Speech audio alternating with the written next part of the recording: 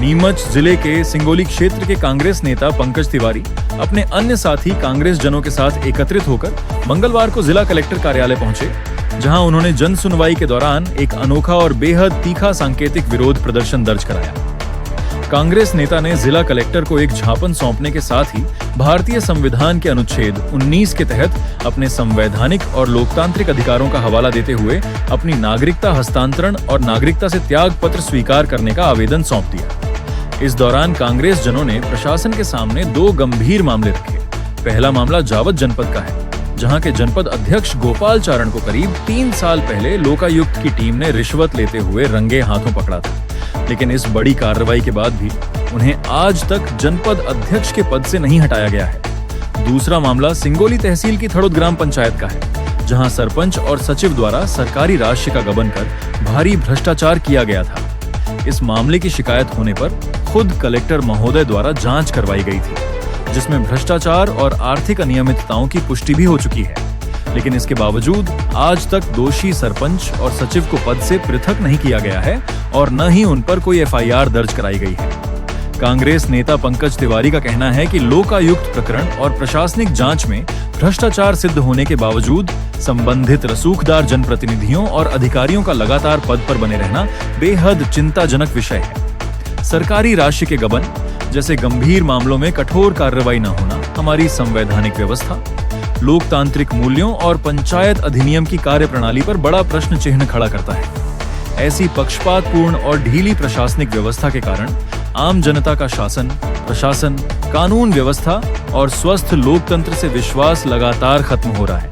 जब तक भ्रष्टाचार में संलिप्त उक्त दोनों जनप्रतिनिधियों पर निष्पक्ष, सख्त और पारदर्शी कार्रवाई नहीं होगी, तब तक जनता का भरोसा पुनः संविधान में स्थापित होना बेहद कठिन है। इसीलिए इस लचर व्यवस्था के खिलाफ सांकेतिक विरोध स्वरूप उन्होंने अपनी नागरिकता से त्याग पत्र देने का कदम उठाया है।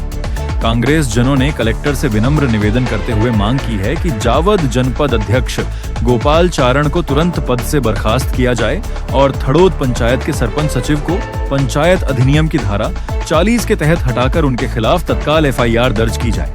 इसके साथ ही इन पदों पर निष्पक्ष एवं पारदर्शी तरीके से दोबारा चुनाव करवाए जाएं, ताकि आम जनता का लोकतंत्र पर विश्वास बना रहे। कांग्रेस कार्यकर्ताओं ने प्रशासन को 2 टूक चेतावनी दी है कि यदि समय रहते इन दोनों मामलों में दोषियों को हटाकर सख्त कार्रवाई नहीं की गई, तो आगामी दिनों में कांग्रेस द्वारा उग्र आंदोलन किया जाएगा।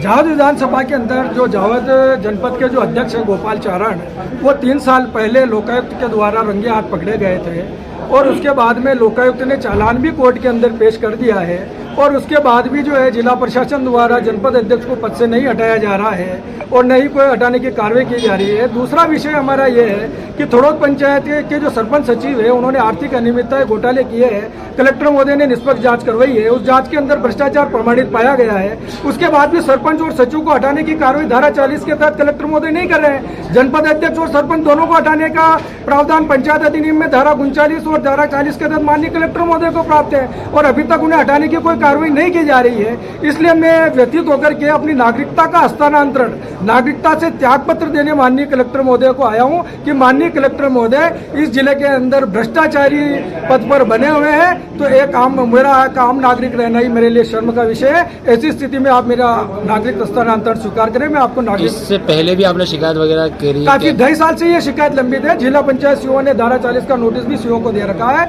और जिला पंचायत सीओ जो है उस फाइल को जो है अपनी सीट के नीचे रख करके और उसके ऊपर बैठे हैं कि मैं कोई कार्रवाई हटाने की नहीं करूंगा। और मुझे तो अब यह कहना पड़ रहा है कि गोपाल चारण और उस सरपंच का कलेक्टर महोदय और जिला पंचायत सीओ पर इतना दबाव है कि कलेक्टर और जिला पंचायत सीओ उनको हटाने के फाइल पर हस्ताक्षर ही नहीं कर पा रहे हैं। इसलिए मैं ये नागरिकता का हस्तांतरण। पूर्व सीएम ने भी ट्वीट वगैरह किया। माननीय दिग्विजय सिंह जी राज्यसभा सांसद महोदय ने मैंने कल रात जानकारी दी थी, तो आज सुबह उन्होंने इसके समर्थन में 2 ट्वीट किए हैं। आगामी दिनों में हटाने की कार्रवाई नहीं की जाती नहीं की जाएगी तो आंदोलन करेंगे। कांग्रेस संगठन के बैनर पे और सामाजिक संगठनों के बैनर पे आंदोलन की रूपरेखा आगे की ओर बढ़ेगी।